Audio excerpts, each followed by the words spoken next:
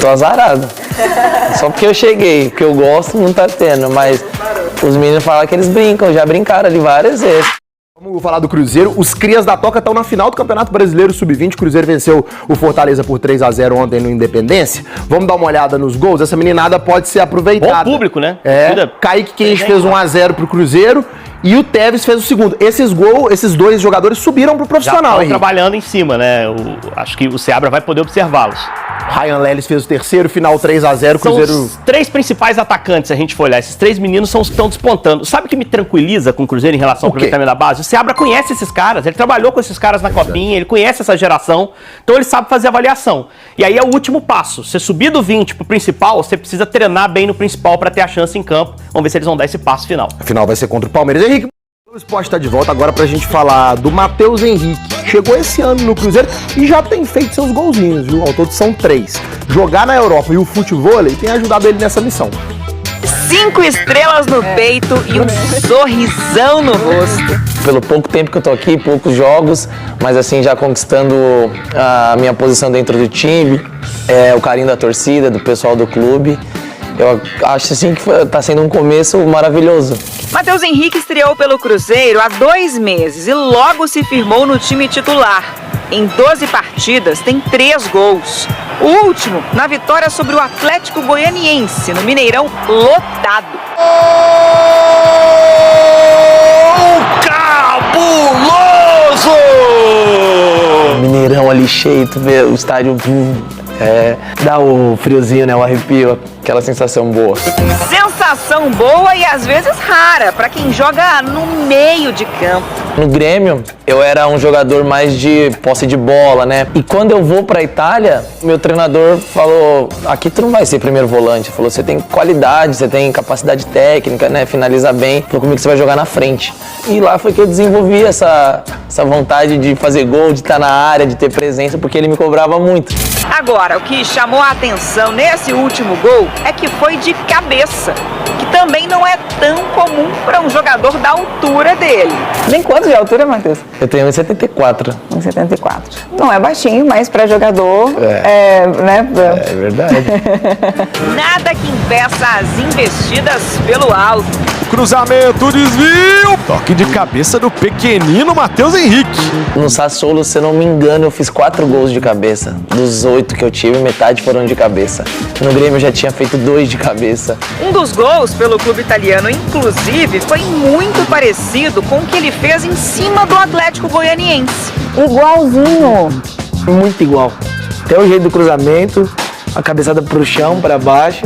A explicação para a habilidade na cabeçada vem de um hobby, o futevôlei. Tem que ficar passando a bola forte, que se você passar devagar, o adversário pega. Então essa cabeçada tem que ser firme, né? E como é que você começou a jogar futevôlei? Lá no Grêmio, porque eu peguei alguns jogadores carioca, né? E o carioca gosta muito de futevôlei. Aí eu comecei a ir com eles e gostei. E hoje é uma coisa que eu jogo nas férias, quando eu vinha da Itália, vou pra São Paulo, futevôlei se deixar todo dia. No Cruzeiro também tem uma turma que gosta, mas desde que ele chegou, ainda não rolou. Tô azarado. Só porque eu cheguei, porque eu gosto, não tá tendo, mas os meninos falam que eles brincam, já brincaram ali várias vezes. Fica a dica, Fernando Seabra, a turma do futevôlei manda bem de cabeça, mas seja pelo alto ou com os pés, o negócio é que o Matheus Henrique gostou de fazer gol. Agora isso tá comigo, tá na minha cabeça. Como você falou, não é da minha posição, mas ali pré-jogo eu já quero fazer gol, quero estar dentro da área, quero estar finalizando. Como se fosse um centroavante, o Matheus Henrique para balançar a rede. Agora brilha Matheus Henrique! Uai, seu Matheus Henrique, vamos desembolar esse futevôlei. Joga muito dentro de campo do Cruzeiro. Bora de notícia, quero começar falando sobre o Cruzeiro e o sucesso da base, que tem tudo a ver com o Ronaldo Fenômeno e companhia. Sei que o torcedor do Cruzeiro prefere muito mais o Pedrinho BH ao antigo dono, mas alguns legados são super importantes. E Ronaldo e companhia deixaram a construção de um time sub-20 que tem funcionado muito bem. A última dessas confirmações se deu ao longo da quinta-feira com a classificação para a final do Campeonato Brasileiro Sub-20. Terceira grande participação desse time em competições nacionais, já havia sido campeão da Copa do Brasil do ano passado e vice-campeão da Copa São Paulo de juniores. Além dos títulos e das boas campanhas, certamente vários atletas que daqui a pouco vão estar no time principal. Outro dia eu estava contando sobre o Kenji, que é alguém super promissor, o Tevez é outro atleta extremamente interessante e eu gostei demais do Josefer. Volante de 20 anos de idade, cara que consegue ocupar todo o espaço do meio campo, lembra por conta da fisionomia e do estilo de jogo Ramírez, e alguém que joga como volante e já tem 7 gols na atual temporada, tendo disputado 30 partidas. Se for bem lapidado, pode ser peça super importante no time de cima num futuro não tão distante. Sucesso na base, ô meu querido Cabido. Fruto do Ronaldo, ele trouxe aqui alguns números interessantes, né? Falando do Joseph também, 20 anos, volante, 7 jogos, 7 gols em 30 jogos na temporada. E o Kaique Kenji, que eu e Gris falávamos aqui que tem que mudar o nome, que isso é ruim pro narrador. Põe Kaká, põe Kenji ou põe só Kaique, porque Kaique é ruim falar pro narrador, é Kaique Kenji, Tevez, e tem isso o Ronaldo fez bem. Não, a base Tanto de coisa o Ronaldo fez bem, mas isso foi um foco a base do Cruzeiro com o Ronaldo tá sendo muito bem feita, cara. Foi muito bem feita, né? Lembrando do título da Copa do Brasil ano passado. Então, tem resultado e Boas tem campanhas, revelações. Boas campanhas também na Copa São Paulo de Juniores. Vai ter mais uma decisão agora no Campeonato Brasileiro, né? O Cruzeiro fez ontem uma grande partida, principalmente no segundo tempo, diante do Fortaleza, tá? Um grande jogo e coisas que você não costuma ver no futebol profissional. Sabe aquelas arrancadas num contra um? Cruzeiro tem muita velocidade, esses meninos, principalmente o Tevez e o Kaique Kenji, eles têm muita velocidade, né? Eles têm essa facilidade do drible e também de boa finalização. São jogadores que o Cruzeiro tem que lapidar muito bem para poder ter frutos aí no futebol profissional. Olha só, Gris, quando eu falo combo do sucesso, você tem resultado. Acabou de falar aqui o Cabido sobre título e mais uma chegada a uma final. Você tem aproveitamento e oportunidade no time de cima, que a gente já viu alguns jogadores, ou muitos até, se tratando do nosso mercado, ainda falando de Atlético Cruzeiro, que oportuniza um pouco, e também receita. Cruzeiro vendeu, negocia Robert, negocia, como chama o filho do Narciso? Juan Santos. Bem, obrigado, bem lembrado. Juan Santos. Então tem mercado, tem receita, tem oportunidade, tem título, é o combo do sucesso. E assim, a gente fala muito que, e de fato tem que ser, né? A base não é um lugar para ganhar título necessariamente, para ficar só ganhando título, mas o título, ele é importante. Né? Ajuda. Ele te ajuda ali em uma série de fatores. Então, o Cruzeiro de fato reestruturou a sua base, né? Tinha muito jogador de qualidade duvidosa na base jogando.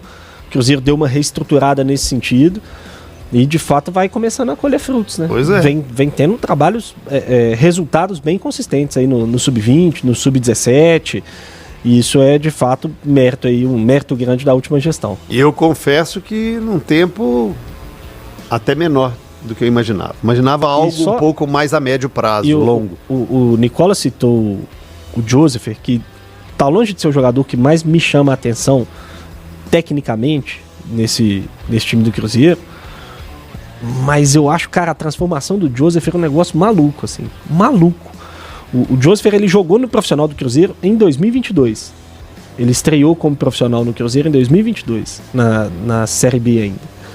Ele jogou, acho que alguns jogos naquele ano, Campeonato Mineiro e tudo mais.